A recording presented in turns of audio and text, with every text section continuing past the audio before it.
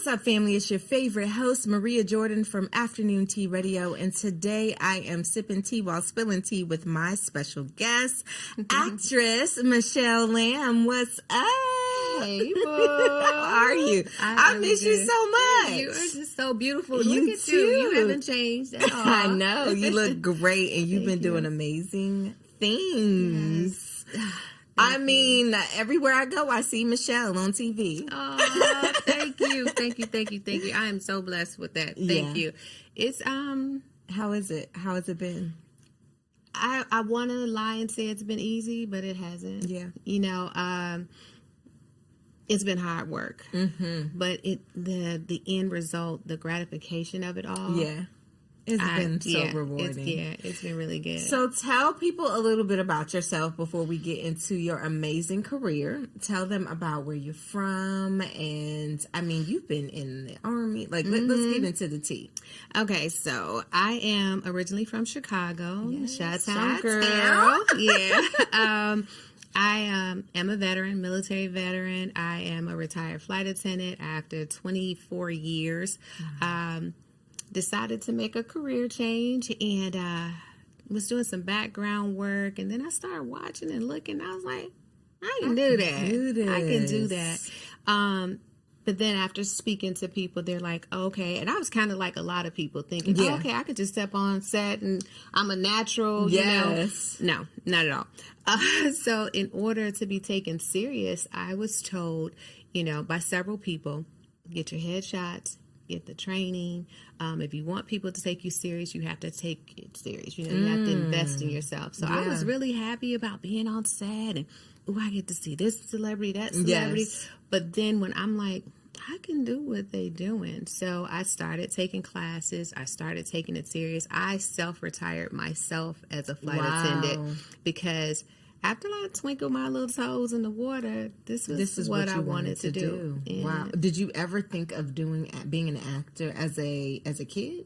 No. Did it ever crossed your mind? No. So let my mama tell it. I've been acting all my life, but no. Actually, I wanted to model. Oh wow! And I did model as a kid, and I was on set. My very first modeling gig was on the set of Waiting to Exhale. Ooh. Yeah, so I was kind of walking through the back, and there's a little scene you can't see me. All you can see is my leg, and you tell everybody, I'm in the movie. Yes, and then you get cut, and you're it happens often, though. I'm like, I'm not telling anyone else that, but they just wanted a couple of models. Like it was a party scene, the scene with Layla Rashawn and Michael T. Williamson when they were. I don't know if you remember the movie. But anyways, I do remember the movie. Okay, that is my movie. Okay, well, they went to this little party and they were doing drugs there. Oh, yes, so I was one of the party guests in there. Wow. But afterwards, you look at how everything is going. I'm like, maybe I'll do it. But I didn't take it serious at that time. But never really wanted to. Was in the drama club, pick a neglected, but it wasn't something that I was like, that's what I'm going to do. So what was it? When you were little, what did you want to do? Did you know? When I wanted to do several things. I wanted to be a firefighter. I wanted to be a social worker because my favorite aunt, however you say it, depending on where you're from, was a social worker. But unfortunately, in my family, you don't have a lot of people that support you. Like being a firefighter, it's like, you too skinny to be a firefighter. You're not going to be able to handle the smell of burning flesh. And it's like they didn't kind of nurture my dreams. It was kind of a talk out of it. Yeah. The social work, you don't make enough money. You got a lot of headaches. You ain't going. I'm like, well, I kind of want to help people. It wasn't like, you go will be for good. It. No, none of that. Even with acting. It's like, girl, what is wrong with you? You've been flying for 25 years and you just going to say, okay, I want something different. Yes. But I've kind of always been a black sheep. Yes. I'm just going to march to my beat of my own drum. So, Wow. So when was the moment where you were like, you know what? I'm going to do this. Was there something you experienced, something you saw on set? Do you remember that moment? It's kind of a long moment, almost like I didn't have any choice. Okay. I was flying in turbulence. I had got tossed around in turbulence. I had hurt my knee, my back, and my hand. I was holding on to like dear life. Wow. And I was flying from New Orleans to D.C. And we went through a pocket. And I used to be one of them flight attendants where they tell you sit down, put your seatbelt on. But I'm like, oh, I'm almost finished. Let me get everybody their drink. I'm like, okay, so I can balance myself and still give everybody their drink because I know what it feels like. Yeah. You know, everybody else have a drink and you looking like, well, they know they could have finished. Yes. So I was trying to finish. And all of a sudden, it just hit a pocket. I went up, hit the roof of the plane, fell down. My knee went behind me. But then as I was trying to climb myself back up to hold on to the assist handle, I finally got up. My jump seat was so close, but yet so far. It was literally like maybe a little bit past you. Wow. I just couldn't get to it. It was like a movie. But anyways, I got hurt on the plane, so I was out for almost a year. And I had PTSD. I did not want to get back on the plane. Oh, wow. Like, I'm good. No, y'all can miss me. But then I went to therapy trying to get back on there. She's like, you don't have to fly, just step on the plane. So I had to take baby steps. And in the meantime and in between time, a friend of mine was like, you want to be an extra? I was like, extra what? Like, what are you talking about? What's an extra? You know? And they're like, it's background. So I started doing my very first background here in Atlanta was on Greenleaf. Oh, wow. Yeah, so I started doing it, and I was like, okay, this is cute. I like it. Yeah. And it was a scene, the moment, to answer your question, it was a scene with Lamont Rucker. He was in front of me at the coffee shop, and I was behind him, you know, being in line. And he was thanking, you know, the background. It's like, thank you guys for being here. You know, we appreciate you. And I was like, well, I'm not going to be background forever. And he was like, I believe that. And I was like, no, I'm serious. I'm not, because I could do this. And then he told me about an acting school to go to. And then that's where it started. Wow. Yeah. When I tell you a closed mouth don't get fed. Yeah. And I was you have to speak it up. And you've always been a confident woman. You've always been a say it with my chest, what it is. I said what I said. So I can see there you was like, oh yeah, girl, thank you, but I'll see you later. I'm not going to be back here behind you for too much. And what's funny is I did a BET movie with him, and I told him that. A full circle moment. Yeah, and he was like, did you? I was like, yeah. I said, I can tell you, I don't know what episode, but I said, I remember that scene. And then he said he remembers telling me to go to that school because he's affiliated with that school at some point. You know, he used to tell a lot of people about the school. I said, but I told you, I ain't going to be background forever. Did you go to the school? I did. Look at that. Yeah, I did. Wow. Yeah. What are some other full circle moments? Was there anyone else? You're fine. Was there anyone else who you kind of maybe did background for or something and then end up doing a whole movie or something with them? I have done background with Travis Kerr. I've done background with him on the Oval, but then since then I played his wife. I played his baby mama. Wow. And now I just last year played his mother. Wow. Yeah. That is insane. So full circle. So who was your favorite to work with? Like, who has been your favorite actor on scene or actress that has been like, you know what, I'm inspired by you, and I hope you're, you know, some type of, you know, kindred spirit. Oh my God, it's been so many. So I will say this, my very first SAG film, episodic, was Johnson. And working on Johnson, Daji, he's, if you watch on Bounce TV, Johnson, I was so excited. I don't even think he realized how excited I was. And I was trying to contain it, you know, trying to act like, you know, I belong here, you know, right. But I was so excited, and he was so calming in answering my questions. But inside I was screaming, like, I cannot believe that I'm here. But if I had a question, he answered it. Everyone on that set, that was my real first, okay, I'm an actress now. I made it. You know, you get a SAG, you know, thing, then it's like, okay, it's a big deal. Nevertheless, he was really great to work with. He kind of set I don't even think he realizes it, but he kind of set the stage moving forward for me. That's my guy moment. Female moment. Ooh.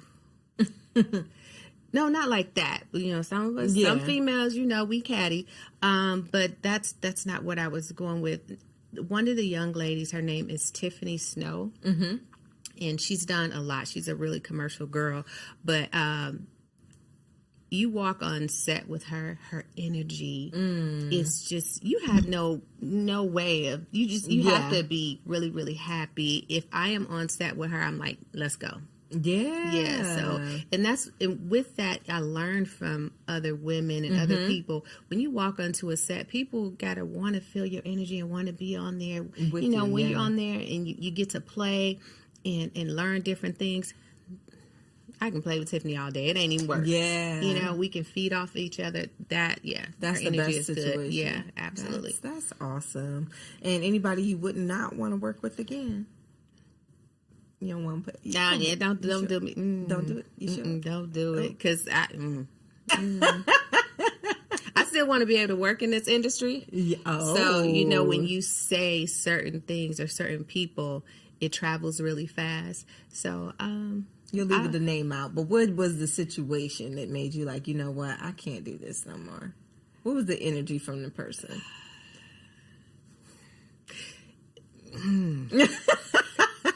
Really, Maria? So that's what you're going to do? Gosh, I'm trying to see how I can say it without saying it. Because, yeah. So, I'll say this, because it's several. So I'll do this one. So it's really, really easy, because you won't know who I'm talking about. So I was on, I was about to say the name of the set. I was on a set, and it was a young lady that was actually really, really nice to me prior to, like on a different episode. Yeah. And so I was so excited, you know, to see her, you know, and she gave this whole spiel about, you know, we all ladies, we have to stick together. You know, it's like, I love that. That's what I'm talking about. We need to support each other. And then when I saw her again, I was like, hey. And I had a mask on. It was during COVID, you know. But we were still working. And she looked, and I was like, oh, okay, maybe she didn't, you know, knew who I was because I had a mask on. So in between takes, I went over and I was like, hey, well, her back was towards me. So after this huge, amazing speech, womanhood, sisterhood, I thought we was connected. You know what I'm saying? Because I'm like, that's what I'm talking about. Because I'm like, I'm like that. You know, we can all win. So, so during a break, I went over, her back was towards me, and I went over, and I was like, hey, like touched the small of her back. I was like, hey, how you doing? And she stiffened up like this and turned and was like, why is background touching me? You will lie.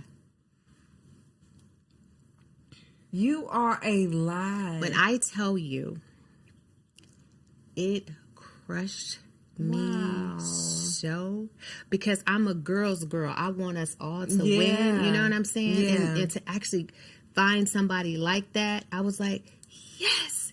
And then I had a lump in my throat. When I tell you, I was about to cry. Wow.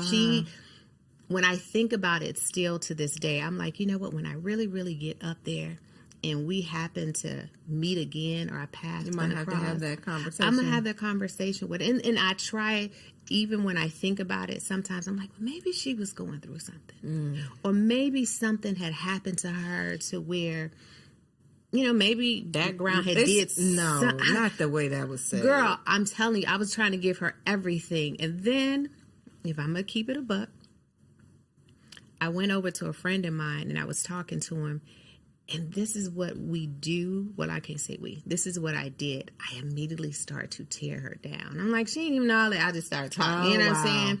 Because I was, girl, it was like shots fired. Yes. You know, I'm literally, I had a lump in my throat. I didn't even want to be on set no more. I was ready to go home because I was so crushed. And that's what happens when you put people like on these pedestals and you think they're, you know, this, that, and the third. I do realize she is human. I do realize that maybe something happened, but I was like, whoa. No, you have to. Whoa. See, that's so sad to hear. And that's because you can really tear someone's complete spirit and make it so that they don't even want to do it anymore. Well, not that. What she did is made me want to do better and motivate. I'm like, okay, I'll see you again. We'll talk about it. And you know what? That's an awesome thing, but that can go left or right. Exactly. With a different type of person, especially if you looked up to somebody. Like, there's ways to be busy. There's ways to brush people off. There's ways to have some coots, you know, especially when you gave that. When I tell you that speech, girl, I thought I was in church. I was like, hey, man, that's what I'm talking about. Isn't it hard when you find out people fake and they just say what they got to say to sound good within the moment, but don't mean what they're saying? And I'd rather know what I'm dealing with. I'd rather you to be that way from the beginning. All the time, exactly. So I know what it is. Girl, it was like that's tough. Yeah. Dag, I'm sorry you had to experience that, but look at you now.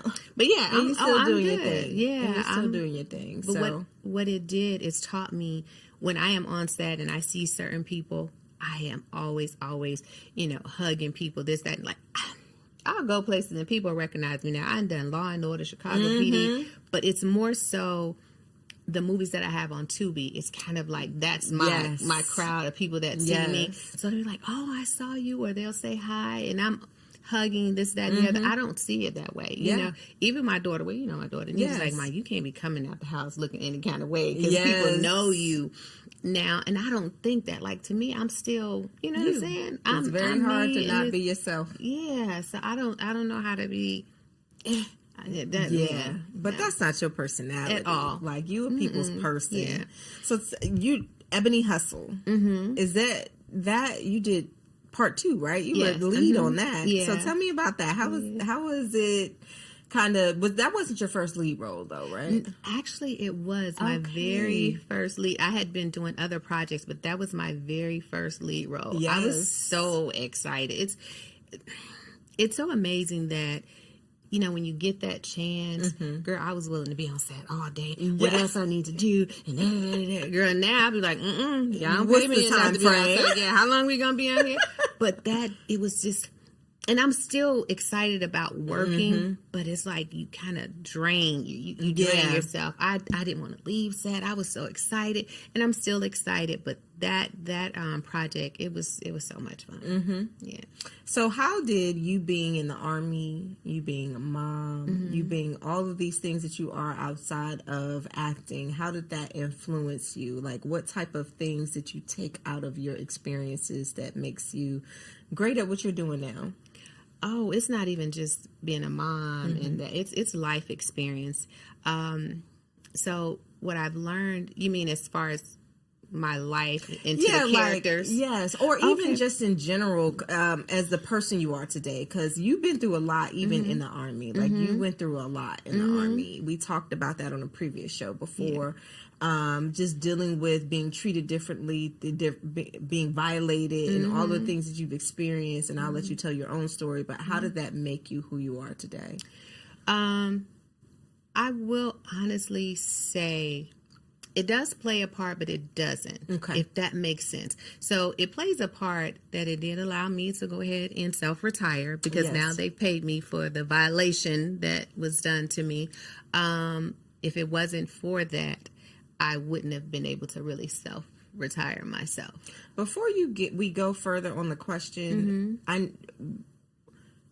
how did you speak up about that? So tell people, if you're comfortable, a little bit about your experience and how, because a lot of people go through a lot of things, similar things, and are scared to speak. So what was that like? Like, what was the whole experience?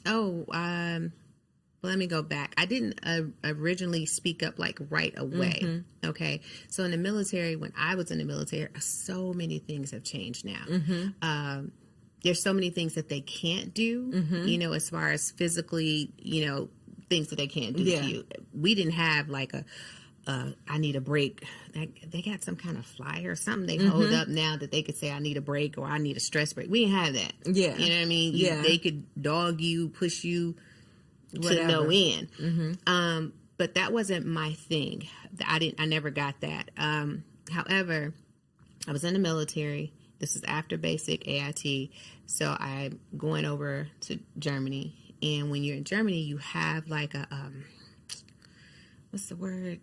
Almost like a mentor, you know, to kind of guide you, while you're there. Okay. So this mentor, trying to see how I can say.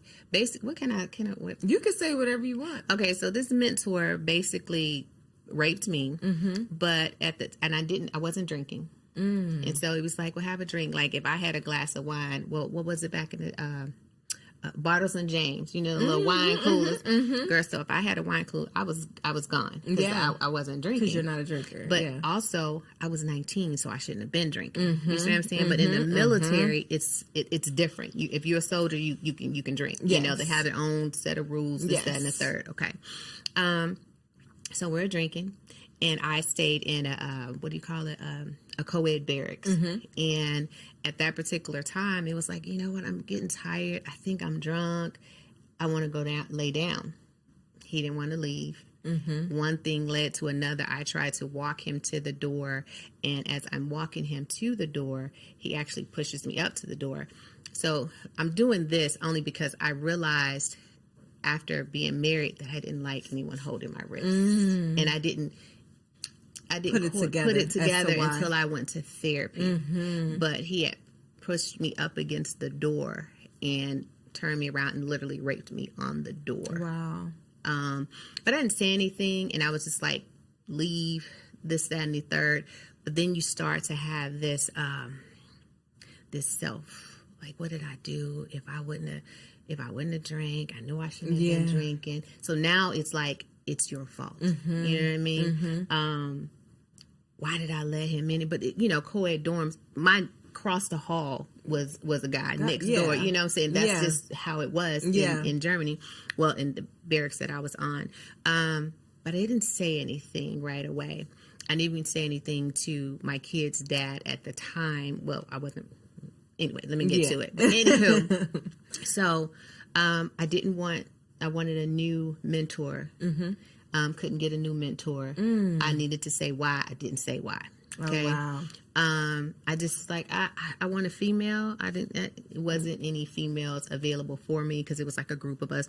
Fast forward about a month later. I don't know, cycle. That's when I had to go. That's when I had to say something. Yeah. Wow. Yeah.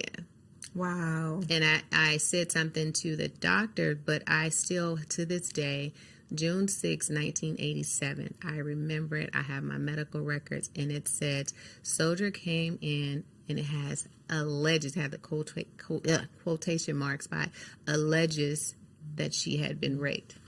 Wow. Yeah. So in Germany, they go through this whole process,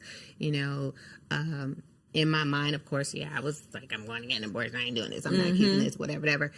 But you can't. You got to go to Holland. Yeah, it was crazy. Then you go to these classes. They tell you all these different things. And I was like, I can't do it. Oh, my word. I can't do it. And you were a baby. I didn't tell my mom. My mom did not find out literally, maybe 5 years ago. You are lying. Oh, my God. Maybe at the most 7 years ago, like recently. Wow. And it was just because, it had to be 7 years ago because she wanted to know why was I quitting my job and how was I going to make money. And I was like, Mom, I had to go through all of this stuff with the military and, I had to go through the process and I had to tell her out. She was like, so they just giving you money? I was like, no, they ain't giving me nothing. Let me tell you what happened. Yes. Yeah. So. Wow. Oh, I'm so sorry you had to go through that. I mean, you know what? I'm actually, thank you. I am actually good because before I used to cry. Yeah. Like I could never tell that story without breaking down, tearing up. Therapy is good. Hello. Therapy is good, y'all. Therapy is good for everybody on everything. It don't have to be the extreme. Yeah. My case, but therapy is good. Not your friend, not your mama, not your cousin, none of that. somebody that's impartial, someone that you can be open with and let them see what you're feeling. Yeah. Don't do that, because and then in my family too, you know, Black people don't get therapy. Yeah.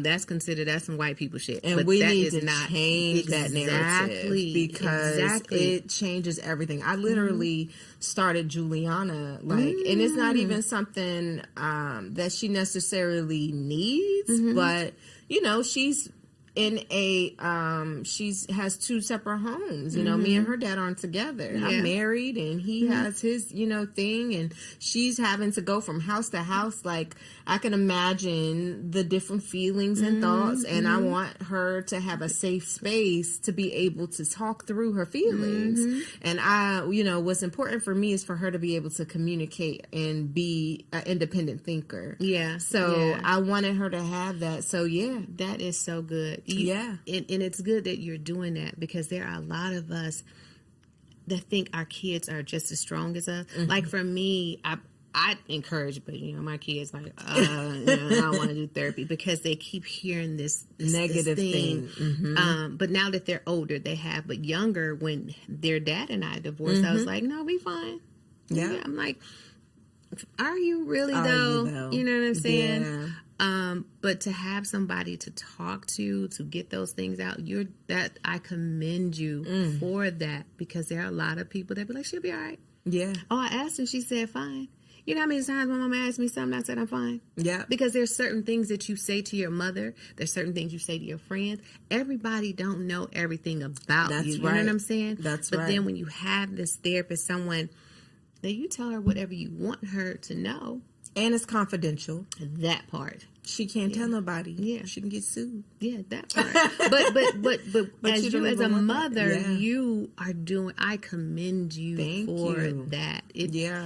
And you know what? I think as an adult and going through my life experiences, I am still trying to figure out things that I feel like, dang, maybe if I had started this when I was younger, I'd be able to identify what makes me happy. I'd be able to put myself first. I'd be able to speak my mind in all situations. And that has been something that I've been learning as an adult.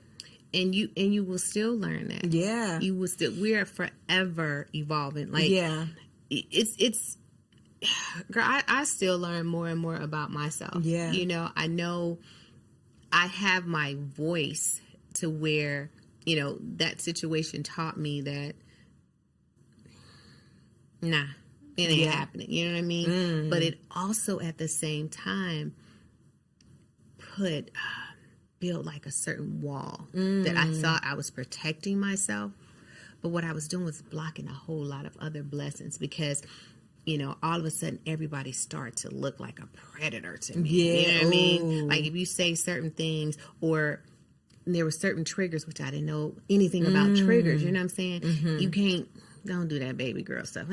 Now it's a trigger. Don't grab my wrist. I didn't know those things. I just know what I didn't like. Yes. But I would have never known those things had I not gone to therapy. Wow. You know what I mean? It changes things. Yeah. Wow. It helps you see things. So and you've been through other things as well. So what have all these experiences, back to the initial question, how have they made you the person you are today? How do you walk and talk, and how do you carry yourself now based on those experiences that you had?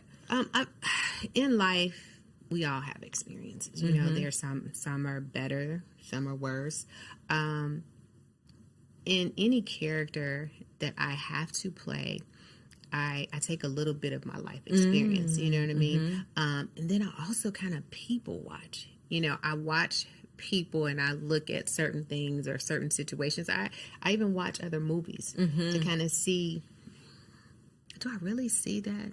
Am I really feeling it? Because I don't want anyone to look at anything that I've done and they be like, I don't believe that. She ain't do good. I mean, I do have some stuff out there at the beginning that I don't want nobody to see, you know. But I have evolved. I've grown. I've learned.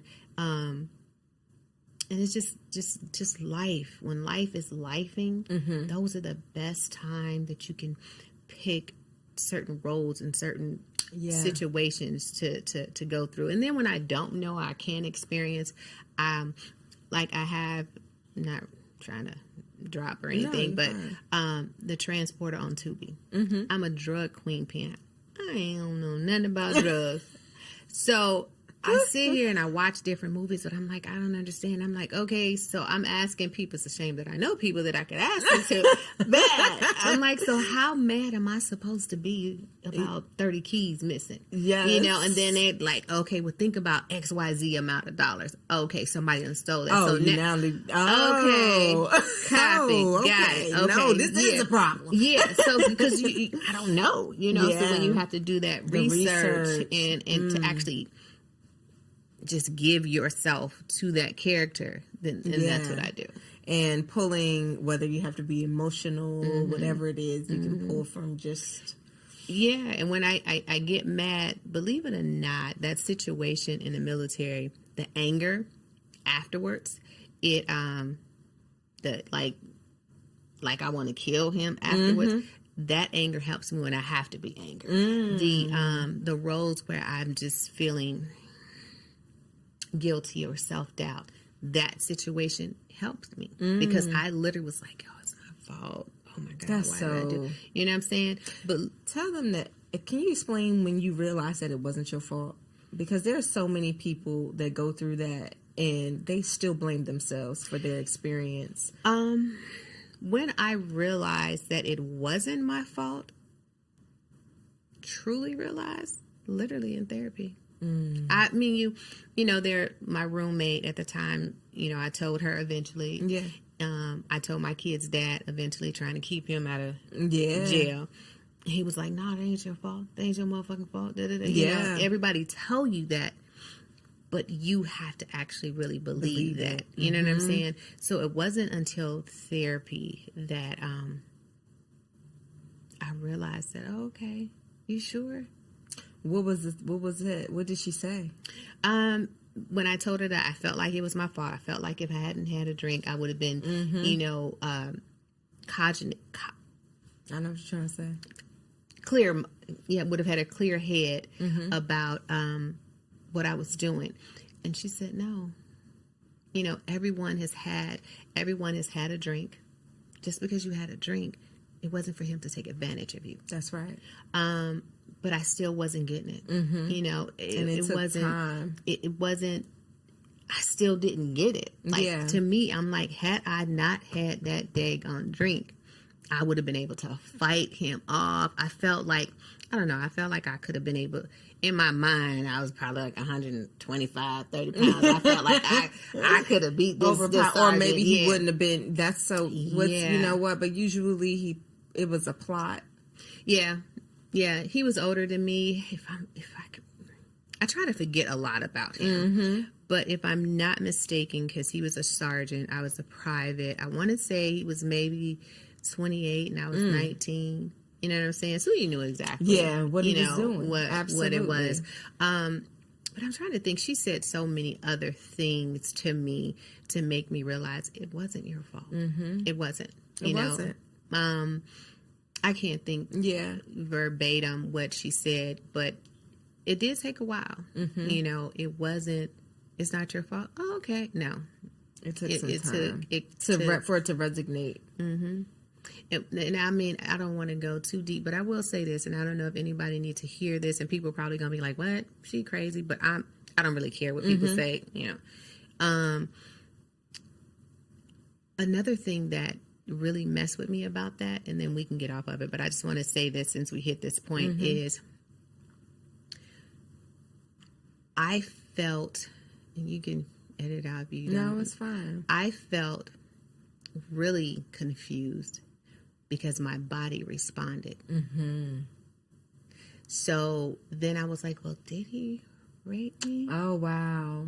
You know what I'm saying? Yeah, But that was another thing. She's like, your body, and that's why I'm using those words. Because at first I was like, well, I had an orgasm, so did he rape me? And she's like, no, that's what your body is made to do. Your body is going to respond. So that was a whole lot of nothing to do with the other. But I didn't know that. I'm 19 years old. You know what I'm saying? So I'm like, it was my fault, even though I didn't want it. But why? Why did I react? Yeah. Wow. That's She's like, your body responds. So, and I was like, even if that happened, and she was like, yeah, that's what your body is supposed to do. Kind of like when you get a wound, your body starts to self-heal. Mm-hmm. Your body is made up to do certain things. So that had nothing to do with it. But just imagine me from 19 all the way through my 40s living with that. Wow. You know what I'm saying? That's hard. I didn't know. So I don't know if there's anybody else out there thinking, oh, okay, it's still not your fault. It's not your fault at all. Yeah. So. Thank you for sharing that, babe. That's going to be powerful for somebody. Yeah. So what is next on a positive note? What we got coming up with Michelle Lamb? Oh my God. Okay. So, well, work has kind of slowed down a little bit. But for everybody. You know, since the strike and kind of getting back into things and different shows ending. But I do have a Christmas movie coming up. I want to be in a Christmas movie. That was like my biggest thing last year. That was on my vision board, to be in a Christmas movie and to be in a scary movie. Oh, I love that. And I did both. And wow. Yes. That's cool. The scary movie last October. It's supposed to be out in September. Oh my goodness. And I was the girl, the graphics, and I was like, oh my. I couldn't do a scary movie, but throw me in a Christmas movie. If you need some extras in one of your movies, you say, all right, let me call Maria. She want to be in a Christmas movie. I was in Chicago. I love. And I actually should have said his name, Aaron Spears. He was amazing. Wow. When we're talking about people to work with. Yes. He came on set. Energy is, oh my God. And I was, because I had to, it's kind of weird when you have a love interest. Yes. And you like, okay. Yes. How do I act? Okay. But yeah, it was, I have the Christmas movie. See, I'm getting off on a tangent. No, Christmas movie, and it's called Christmas Miracle, and it's a Christopher Nolan film.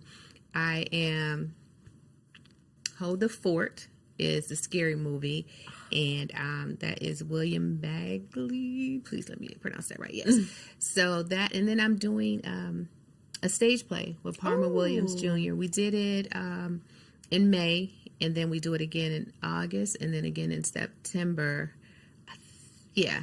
So, and it's going to be touring. So that is awesome. Yeah. I'm so happy for you. Yeah. I'm definitely going to be watching everything. Yes. And I want to come to the play if it's in Atlanta. Yeah. Marietta Square. Okay, good. Ooh, I'm in Marietta. Let's do it. Yeah. Okay, awesome. So tell everybody how they can keep in touch with you and follow Michelle Lamb.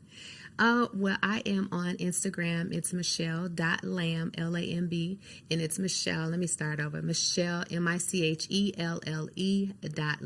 LAMB, as in bye. And then Michelle Lamb on Facebook as well. I haven't gotten through all the other stuff. It's too much. Yes. This is where it stops. That's good enough. Yeah. You could Google her, baby. Well, you can. Don't believe everything Google say, because Google said I was making millions. I was like, is that another Michelle? That ain't me. But I receive it. We receive it. That's right. Oh, well, thank you guys so much for tuning in to Afternoon Tea Radio, and for my special guest, Michelle Lamb, for coming into the studio. Make sure you're tuned in every Thursday at 12 p.m. Eastern Time, and go to afternoontearadio.com. And make sure you subscribe on YouTube and iHeartRadio. Peace.